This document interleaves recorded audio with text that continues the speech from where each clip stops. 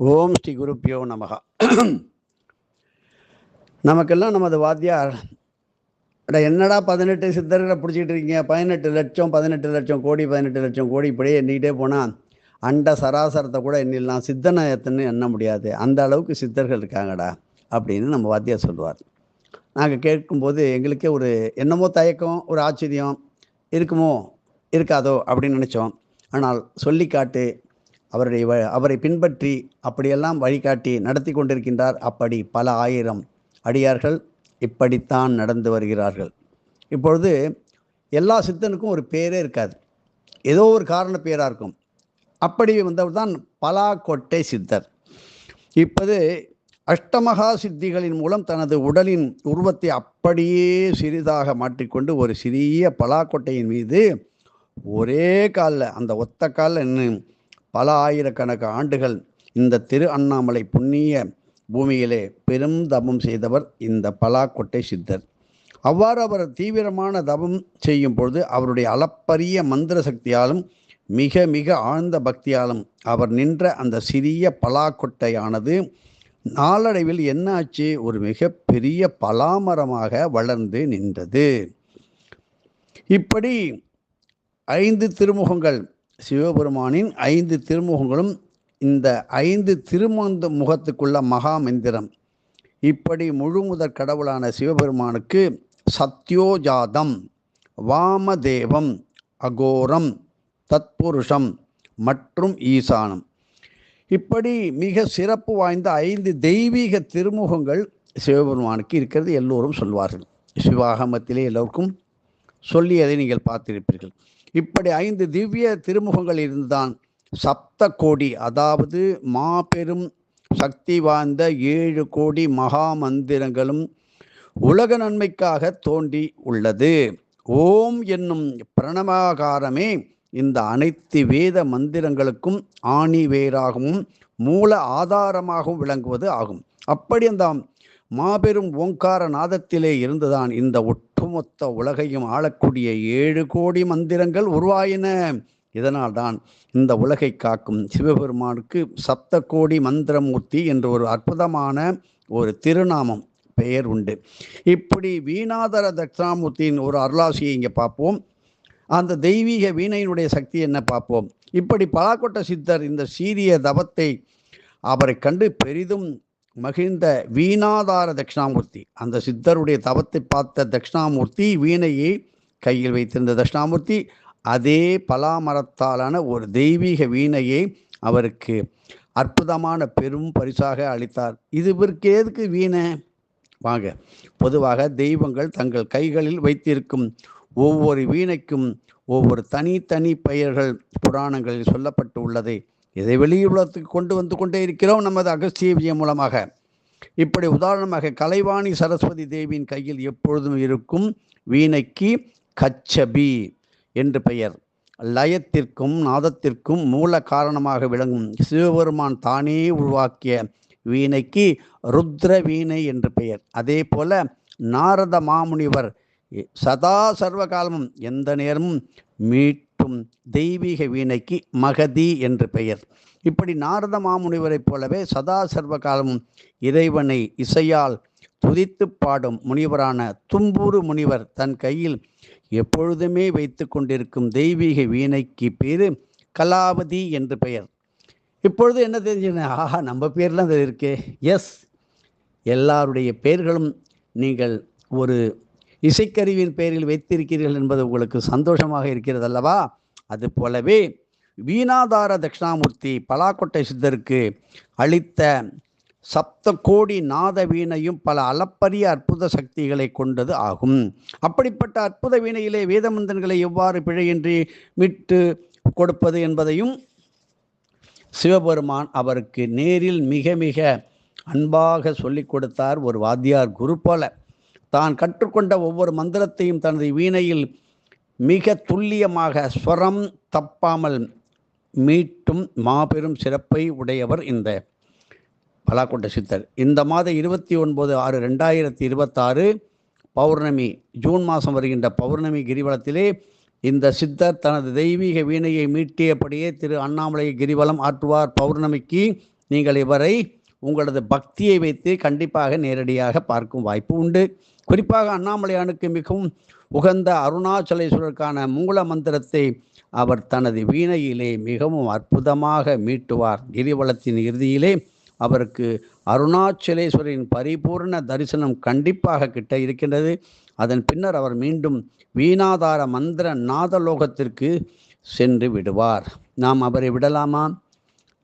மாபெரும் 7 கோடி வேத மந்திரங்களை இந்த உலகத்துக்கு வெளிப்படுத்திய பெரும் பயனால் சித்தரின் அந்த தெய்வீக வீணைக்கு இந்த அருணாச்சலேஸ்வரின் தரிசனத்தின் போது முக்தி கிட்டும் என்பது இந்த சித்தரின் கிரிவலத்தில் உள்ள மாபெரும் சிறப்பாகும்.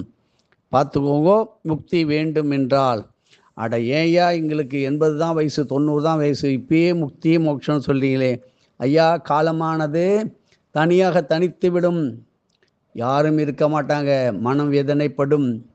அதனால் முக்தி மோட்சம் என்பது அவ்வளவு எளிது அல்ல, ஒரு சித்தனால் மட்டும் செய்யக்கூடியது. சித்தனை பார்த்தாலே பல கோடி கர்மாக்கள் கழியும். இப்படி திருவண்ணாமலையிலே நீங்கள் பௌர்ணமி கிரிவலம் வரும்போது என்ன பலன் அப்படின்னு கேட்க மனசு தூண்டுது இல்லையா?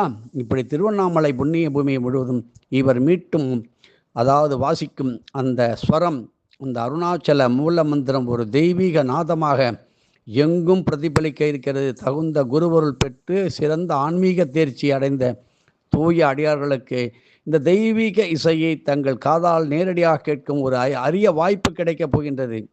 இந்த மதுரமான வேத மந்திர காணத்தால் திருவண்ணாமலை கிரிவலம் ஆற்றுவோருக்கு மெய்ஞானம் பன்மடங்காக வளரும். விஞ்ஞானம் கிடையாது, மெய்ஞானம், சொந்த அறிவு என்று சொல்லுவோமே, குருவருளால் ஏற்பட இருக்கின்றது. இப்படி ஆன்மீக சொற்பொழிவுகளை தொடர்ந்து கேட்கவும், நல்ல ஆன்மீக செயல்களை தொடர்ந்து ஈடுபட்டு அந்த ஈடுபாட்டோடு செய்யும் மனித குலம் மனம் பெரிதும் விரும்புகின்றது. இப்படி ஆன்மீக சொற்பொழிவாளர்கள் நகரத்தாரில் ஒரு பெரிய மனிதன் இருக்கிறார், நீங்களே புரிந்து கொள்ளுங்கள். பெண்ணில் ருக்மணி அம்மாள், அவங்கெல்லாம் உடம்பு பூரா ஞானம். பார்த்தீங்கன்னா எத்தனையோ சொற்பொழிவாளர்கள், ஆனால் தனது இறை நாமத்தை சொற்பொழிவிலே சொல்லி பேரும் புகழும் வாங்கியதற்கு பிறகு மனிதனை தூக்கி பிடிக்கும் பொழுது தரையில் விழுந்து மண்ணை கவியவர்கள் எத்தனையோ பேர் இருக்கின்றார்கள். நல்லோர்களின் சத்சங்கத்தை நாடி இப்படி மனம் பாயும். இப்படி ஆன்மீக சொற்பொழிவுகளை தொடர்ந்து நீங்கள் கேட்கவும், நல்ல ஆன்மீக செயல்களை தொடர்ந்து ஈடுபாட்டோடு செய்யவும் மனித மனம் பெரிதும் விரும்பும். இப்படி நினைத்த காரியங்கள் அனைத்திலும் மிக விரைவில் சித்தி கிடைக்கும். வெற்றி அல்ல சித்திக்கும். மேலும் மனிதர்களுக்கு சங்கீத ஞானம் வளரும். வேத மந்திரங்களின் பொருளை முழுமையாக புரிந்து கொண்டு பக்தி ஸ்ரத்தையுடன் பாராயணம் செய்யும் உயர்ந்த ஞானம் நிச்சயம் வளரும். இப்படி அடியவர்களுக்கான கிரிவல முறைகள் என்ன? 29/6/2026 பௌர்ணமி இரவு நீங்கள் கிரிவலத்தை எப்பொழுது செய்ய வேண்டும் என்னும் காலக்குறிப்புகளை நாம் இந்த அகஸ்திய விஜயம் 4ஆம் பக்கத்தில் கொடுத்துள்ளோம். நீங்கள் அந்த அகஸ்திய விஜய புத்தகத்தை வாங்கி படியுங்கள். இங்குதான் ஒரு புள்ளி வச்சிருக்கோம். இதுதான் விதி விளையாட்டு. பொருளாதார வசதியற்ற ஏழை இசைக்கலைஞர்களையும் தேவார திருவாசகம் பாடும் ஓதுவார் சுவாமிகளையும் அடியவர்கள் தங்கள் சொந்த பொருட்செலவிலே திருவண்ணாமலைக்கு அழைத்து வந்து கிரிவலம் ஆட்ட செய்து, அப்படி செய்வது மிக மிக சிறந்த, சொல்ல முடியாத மாபெரும் புண்ணியமாக வரும். கிரிவலம் வரும்போது ஏதாவது ஒரு இசைக்கருவி தங்கள் கைகளில் ஏந்தியபடி கிரிவலம் செய்து கிரிவலம் முழுமையாக முடிந்ததும் அதனை வசதியற்ற ஏழை இசைக்கலைஞர்களுக்கு தானமாக கொடுத்தால் உங்களுக்கு கிடைக்கின்ற ஐஸ்வர்யமோ இந்த பொன் பொருள் அல்ல, அதை விட உயர்ந்த ஒரு நிலைக்கு வருவீர்கள். விசேஷமான நீங்கள் நினைத்ததெல்லாம் நடக்கும். இப்படி வசதியற்ற ஏழை இசைக்கலைஞர்களுக்கு எத்தனையோ பேர் ஸ்ருதி பாக்ஸ் இருக்காது, வீணை இருக்காது, வயலின் இருக்காது, ஹார்மோனியம் இருக்காது. அவைகளை வாங்கி நல்ல கண்டிஷனோடு கொடுங்க. கிரிவல பாதை முழுவதும் ஓங்காரத்தை, ஓம் என்கின்ற ஓங்காரத்தை மனதார தொடர்ந்து ஜெபித்து கொண்டே அமைதியாக கிரிவலம் செய்யுங்கள். கிரிவலத்தின் போது வரும் ஏழை அடியார்களுக்கு உளுந்து வடை, மெதுவடை மற்றும் பலாக்கொட்டை சாம்பார் சாதம் ஆகியவற்றை மனமுவந்து அன்னதானமாக வழங்குவது இறைவனின், அந்த இறைப்பெருமானின் பரிபூர்ண அருளையும் சித்தர்களின் தரிசனம் ஆசியையும் முழுமையாக பெற்றுத்தரும். வாழ்க வாழ்க என்று திருவண்ணாமலை வாழ்த்துங்கள். அண்ணாமலையானுக்கு அரோகரா என்று நீங்கள் சொல்லும்போது அந்த புண்ணிய பூமியே உங்களுடைய வார்த்தையால் அதிர வேண்டும். ஆனால் யாரும் சொல்ல மாட்டேங்கிறாங்க. அண்ணாமலைக்கு அரோகரா என்று சொன்னால் அவங்க என்ன செஞ்ச அவங்க வாயிலேருந்து சொல்லுவாங்களே முத்துக்கள் விழுந்து விடும் என்று அப்படியே மௌனமாக இருக்கின்றார்கள். போய் புண்ணியம் என்ன?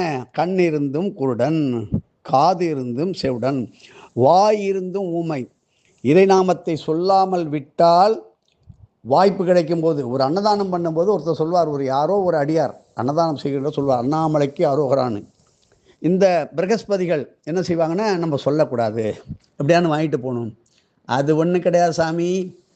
இந்த பிரசாதம் வாங்கும்போது அந்த இறைவனுடைய பெயரை சொல்லி நீங்கள் பிரசாதம் வாங்கும்போது முழுமையான ஒரு அதை சொல்லுவாங்களே முக்தி மோட்சத்தை விட உங்களுக்கு அதில் செல்வம், அதாவது ஆரோக்கியம் அத்தனை கிடைக்கும். ஒரு தடவை அந்த அண்ணாமலையாருக்கு அருணாச்சலான்னு சொல்லுங்கோன்னு சொல்லி கொடுக்க வேண்டிய ஒரு அவல நிலைக்கு போய்விட்டது. இறைநாமத்தை சொல்வதற்கு சொல்லுங்கோ சொல்லுங்கோ சொல்லுங்கோன்னு சொன்னாங்க. அப்போ கூட 10 பேர் இருந்தால் அந்த ஏரியாவே அதிரும். ஆனால் 100 பேரை நாங்கள் பார்க்குறோம், 500 பேரை பார்க்குறோம், எல்லாம் பொய் வேஷம் போட்டு கொண்டு வருகிறீர்கள் என்றுதான் பலர் பேசி கொண்டிருக்கின்றார்கள். நீங்கள் அப்படிப்பட்டவர்கள் அல்ல என்பது தெரியும். ஆனால் உங்களுடைய பசி, உங்கள் பசிக்கூறு கிடைக்குமோ கிடைக்காதோ என்கின்ற இயக்கத்தில் அண்ணாமலையாருக்கு அரோகரான்னு சொன்னால் நம்மளை தான் நக்கலாக பார்ப்பானா? வேறு என்னென்னமோ கதையெல்லாம் பேசுகிறோமே. அண்ணாமலையில் எது சொல்லணுமோ அது சொல்லுங்க. இல்லை என்றால் பல முறை என்ன பல லட்சம் முறை நீங்கள் கிரிவலம் வந்தாலும் ஒரு பருப்பும் வேகாதுன்னு சொல்லுவோம்ல, அதுதான். ஏன்னா அந்த இறை திருநாமத்தை சொல்வதற்கு வாய் வலிக்கிறது, மனம் கசக்கிறது, ஸ்டைலு ஒன்றும் பண்ண முடியாது. காலம் வருது, வந்துக்கிட்டே இருக்கு. யாராருக்கு நல்ல பலன் வேண்டுமோ அவர்கள் அதை சொல்லுங்கள். நல்ல பலன் வேண்டாம், இன்னும் கெட்டு போகிறேன், என்ன பந்தியம் கட்டுறேன் என்று சொல்லுங்கள். உங்கள் சௌகரியம். எதுவும் என்னுடையதில்லை, அனைத்தும் உன்னுடையதே. அருளாளா அருணாச்சலா.